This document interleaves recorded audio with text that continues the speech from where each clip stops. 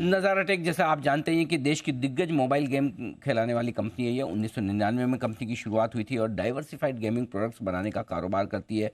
Interactive gaming, e sports, gamified early learning ecosystems भी बनाती है। और आज हम मुलाकात जिस वजह से कर रहे हैं नज़ारा से, वो भी आप जानते हैं, कल जीएसटी काउंसिल की बैठक में जो जीएसटी की दर है वो 28% करने पर फैसला किया गया है। हमारे साथ कार्यक्रम में नज़ारा टेक के फाउंडर और सीईओ नीतीश मित्र सेन साहब कार्यक्रम में हो रहे हैं शामिल। 1999 में नीतीश जी ने कंपनी की शुरुआत की थी। सिडनम कॉलेज से आपने ग्रेजुएशन किया है कॉमर्स और इकोनॉमिक्स में। और आइए नीतीश जी से मुलाकात करते हैं। नीतीश जी, बहुत बहुत स्वागत है आपका। जो खबर आई है जीएसटी काउंसिल की तरफ से, पहले मैं एक बार इंडस्ट्री के लिहाज से आपसे राय लेना चाहता हूँ। काफ़ी लोग ये मान रहे हैं कि भाई गेमिंग इंडस्ट्री, चाहे वो ऑनलाइन गेमिंग हो, कैसीनो हो, हॉर्स रेसिंग हो, स्पेशली जब ऑनलाइन गेमिंग इंडस्ट्री की बात करते हैं, बोलते कि अब ये तो मतलब इंडस्ट्री ही पूरी डेथ बेड पर चली जाएगी, सरवाइव करना मुश्किल होगा, मतलब बिजनेस चौपट हो जाएगा। इस तरह के एक्सट्रीम रिएक्शन आ रहे हैं। क्या वाकई में इंडस्ट्री के लिए इतना बड़ा झटका है?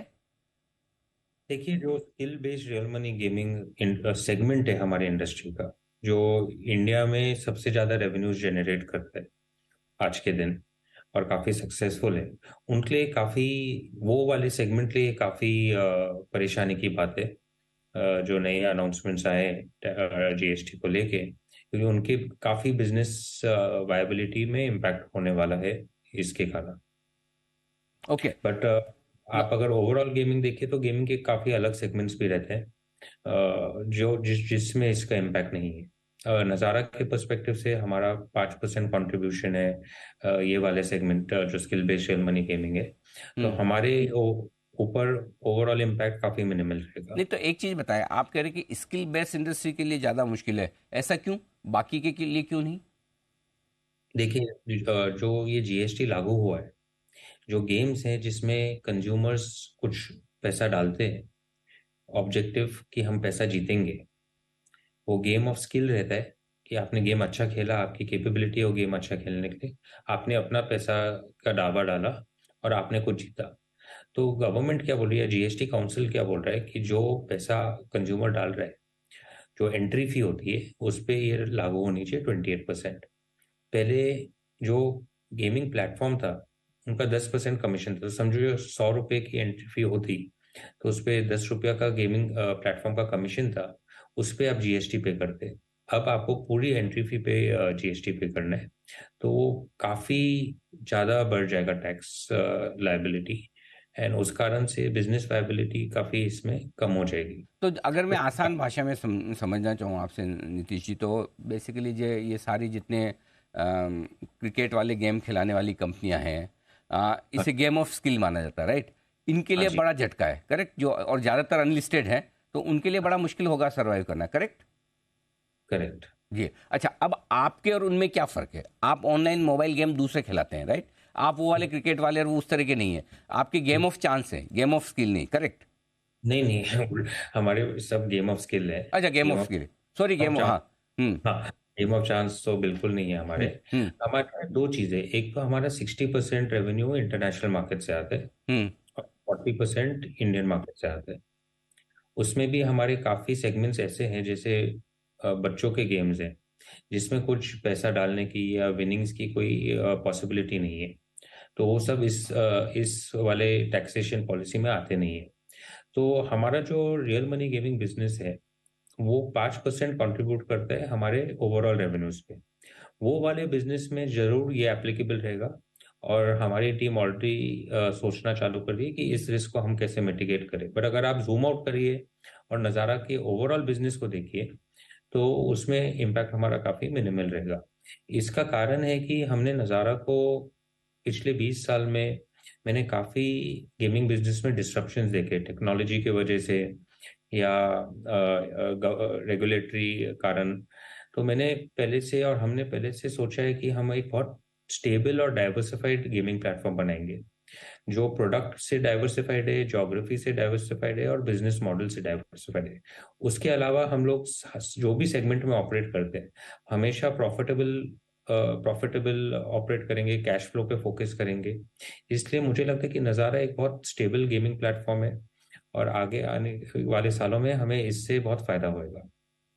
अच्छा सर, एक चीज़ बताइए कि जैसे आप जो भी बिज़नेस आपका बाहर से आता है विदेशों पे, उस पे हाँ, जीएसटी की दरों में कोई फ़र्क नहीं पड़ा, उसका कोई लेना-देना ही नहीं इस रूल से, राइट? राइट? तो आपका 60% बिज़नेस बाहर से आ रहा है, वो आपका हाँ। एकदम सेफ है, करेक्ट?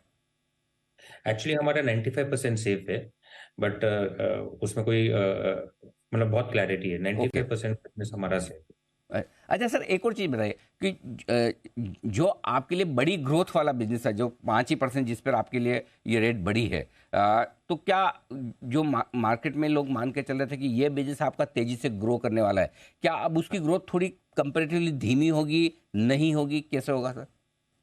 ये वाले बिजनेस में तो ज़रूर एक झटका है, और हमें हमारे प्लान्स रिव्यू करने पड़ेंगे, पर थोड़ा अर्ली है अभी। हम जैसे इंडस्ट्री स्टेक होल्डर्स के साथ, एसोसिएशंस के साथ काम करके देखेंगे कि इसका इम्पैक्ट कैसे मिटिगेट करा जाए। हम अथॉरिटीज़ के साथ कैसे बात करें और इसको कैसे सॉल्व करें। तो ज़रूर ये जो 5% हमारा बिजनेस है, इसमें विजिबिलिटी अभी थोड़ी कम रहेगी आने वाले कुछ हफ्तों और महीनों तक। पर जो बाकी हमारे बिजनेस है, अगर आप देखिए हमारे पिछले 5 साल का ट्रैक रिकॉर्ड देखिए, तो हमारी ग्रोथ सारी बाकी बिजनेसेस से आई है, नॉन आरएमजी बिजनेसेस से। तो वहाँ भी हमारे पास बहुत सारी ग्रोथ अपॉर्चुनिटीज है, और हम ज़रूर उन पे काफ़ी फोकस कर रहे हैं आज के दिन, और आगे भी करते रहेंगे। अच्छा, नीतीश जी, एक चीज़ और बताइए कि जैसे अभी तो 28% सबके लिए सेम है, चाहे आप कैसीनो करो, हॉर्स रेसिंग करो, जो भी आपके ऑनलाइन गेमिंग है, गेम ऑफ स्किल हो, गेम ऑफ चांस हो, सबको 28% ही देना है और पूरे अमाउंट पे देना है, राइट? ये क्लैरिटी हो गई है। हाँ जी। अच्छा, तो अब इसमें एक चीज़ जो है वो ये कि फिर ऐसी सिचुएशन में मतलब सारी इंडस्ट्री एट पार है, तो फिर कौन सी इंडस्ट्री कम ग्रो करेगी और कौन सी इंडस्ट्री बिल्कुल ग्रो नहीं करेगी और कौन सी ज़्यादा करेगी? ये इसका कुछ एक अंदाज़ा दे सकते हैं आप इंडस्ट्री के लिहाज से? देखिए, गेमिंग में अलग अलग सेगमेंट्स रहते हैं, अलग अलग गेम्स रहते हैं। जो ये विनिंग मनी रिलेटेड, जो हम रियल मनी गेमिंग बोलते हैं, वो वाली इंडस्ट्री को ग्रोथ करना भी बहुत मुश्किल हो जाएगा अगर ये जीएसटी लागू होता है, इम्प्लीमेंट होता है। तो उनको बहुत मुश्किल होने वाला है, उसमें कोई डाउट नहीं है। जो बाकी गेम्स हैं, जो लोग एंटरटेनमेंट के लिए खेलते हैं, विनिंग पैसा जीतने के लिए नहीं खेलते हैं, उनमें कुछ इम्पैक्ट मुझे नहीं दिखता, और वो कंटिन्यू करेगा। और गेमिंग एक्चुअली काफ़ी अच्छे पॉजिटिव चीज़ों में भी यूज़ कर सकते हैं। जैसे हमारा एक सेगमेंट है, गेमिफाइड अर्ली लर्निंग हम बोलते हैं। तो यंग बच्चे हमारे गेम्स खेलते हुए काफ़ी चीज़ें सीख जाते हैं। राइट। तो पॉजिटिवली भी हम यूज़ कर रहे हैं काफ़ी जगह। हुँ, तो वो सेगमेंट्स में ग्रो नहीं होएगा। ठीक जो बात है। रियल मनी गेमिंग था, जो कंज्यूमर्स को एक छोटे विनिंग के लिए एंटरटेनमेंट दे रहा हुँ, था, कंज्यूमर को एक इंटरेस्ट आ रहा था उसमें, आप टाइम पास के लिए बोल सकते हैं, कंज्यूमर को एक एंटरटेनमेंट वैल्यू था उसमें, इसलिए वो इतना स्केल हुआ है कुछ सालों में। वो वाले में कंज्यूमर को भी और गेमिंग कंपनीज को भी एक प्रॉब्लम होने वाली। ओके। तो नीतीश जी, आखिरी सवाल, ये बताएँ कि हमारे दर्शकों की समझ के लिए मैं आपसे फिर से जानना चाहता हूँ। 2 तरह के गेम हैं। एक वो गेम है जहाँ मैं पैसे लगाता हूँ, पैसे लगा के हाँ, खेलता हूँ और हाँ, जीत गया तो मुझे वापस पैसा मिलता है। हाँ एक जी, दूसरे तरह के गेम वो हैं जो मुझे सिर्फ़ गेम खेलने के लिए पैसे देने पड़ते हैं। वो हाँ, कंपनी की कमाई है, उसमें मैं खेलूँ, जितनी देर खेला, जो खेला उसके पैसे लगेंगे। उसमें कोई प्राइज़ मनी या इस तरह का नहीं है। सो बेसिकली और जो झटका लगा है वो उन कंपनियों के लिए है, उन बिज़नेसेस के लिए जो पैसे लेकर गेम खिलाते हैं और वापस प्राइज़ देते हैं।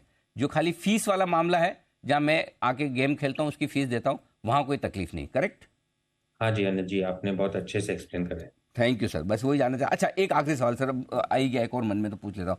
अच्छा, अभी ये अनलिस्टेड स्पेस में बहुत सारे स्टार्टअप्स हैं, सबने अपने नए गेमिंग ऐप बना रखे हैं, एक साथ 10-15 ऐप्स बन गई है। हर किसी को लगता है मैं स्टार्टअप बना के मैं भी ये टेक्नोलॉजी करके कुछ एक गेम खिलाना शुरू करूँ, और थोड़ा बहुत बाहर से पैसा भी आ जाता है, एफडीआई भी आ रहा है। तो क्या ये विदेशों से जो पैसा आने वाला है वो रुकेगा? ये स्टार्टअप कल्चर जो इस तरह का जो बन रहा था उसको बड़ा झटका लगेगा?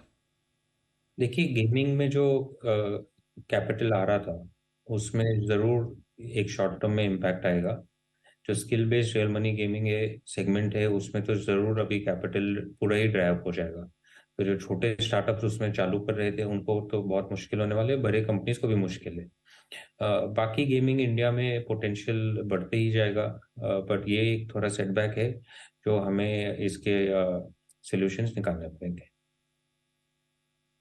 ठीक बात है सर। नीतीश जी बहुत बहुत धन्यवाद सर, आज सुबह सुबह आपने समय दिया और पूरे विस्तार से आपने पूरा समझाया भी मैटर क्या है, कैसे है और कितना असर पड़ेगा, और हमको जान के समझ के थोड़ी रिलीफ मिली है कि आपकी कंपनी के लिए ज़्यादा बड़ा मैटर नहीं है, मुश्किल से 5% रेवेन्यू आपका आता है वो इम्पैक्ट होगा। तो thank you so much sir, धन्यवाद। और देखिए आपके बात करते करते आपकी बात से मार्केट को भी कॉन्फिडेंस आ रहा है, स्टॉक में शार्प रिकवरी निचले स्तर से आती हुई दिखी। अब मुश्किल से 3.5% नीचे स्टॉक कमजोर रहा है। तो नीतीश मित्र सेन साहब ने जो कहा है उस पर मार्केट का भरोसा लौटता हुआ दिखा है। समझ में आ रहा है भाई हो क्या 5% है तो हाँ, फिर बड़ी तो बात नहीं जो पैसा लगाते हैं एक्चुअली। करेक्ट। ठीक। आइए इस